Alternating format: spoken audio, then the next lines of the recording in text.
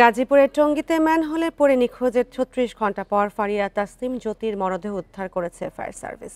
সকাল ৮:৩০টার দিকে গাজীপুরা এলাকার বিল থেকে তার মরদেহ উদ্ধার করা হয়। ফায়ার সার্ভিস জানিয়েছে, সোমবার রাতে টঙ্গীর ইম্পেরিয়াল হাসপাতালে গিয়েছিলেন ওষুধ কোম্পানির বিক্রয় প্রতিনিধি তাসনিম সিদ্দিকী জ্যোতি।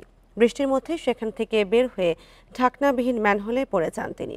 স্থানীয়রা উদ্ধারের চেষ্টা চালিয়ে ব্যর্থ হলে খবর দেওয়া হয় ফায়ার সার্ভিসকে।